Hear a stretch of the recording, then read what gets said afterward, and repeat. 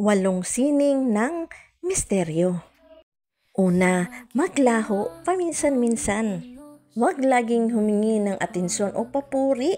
Kapag palagi kang naroroon, mababawasan ang halaga mo. Umatras paminsan-minsan para maramdaman ang pagkawala mo. Pangalawa, magtira ng impormasyon. Huwag isiwalat ang lahat ng naiisip o nararamdaman mo. Magsalita ng may layunin, hindi padalos-dalos. Piliin ang bawat salita, lumalalim ang misteryo sa pagpipigil. Pangatlo, bumuo ng aura ng karisma.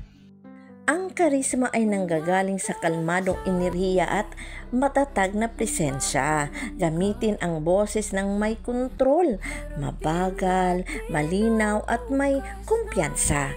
Hayaan mong sila ang mapalapit para makinig. Pang-apat, maging hindi mabasa at hindi mahulaan. Iwasang maging madaling hulaan o unawain, kumilos ng iba, mag-isip ng malaya. Ang misteryo ay lumilitaw kapag hindi mo sinusunod ang mga inaasahang pattern ng iba. Huwag masobrahan sa pagpahalaga sa opinyon ng ibang tao. Huwag habulin ang pag-aproba. Kapag tumigil ka sa paghahanap ng validation, nagiging curious ang mga tao kung ano ang mas mahalaga sa iyo. Pang-anim, magmatyag na parang agila. Mas kaunting salita, mas maraming pagmamasid.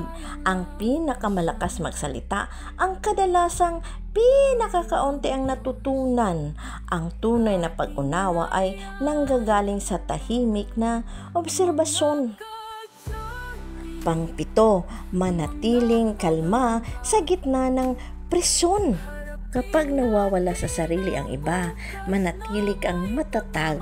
Ang composure ay nagdadala ng respeto at nagbibigay bigat sa iyong katahimikan.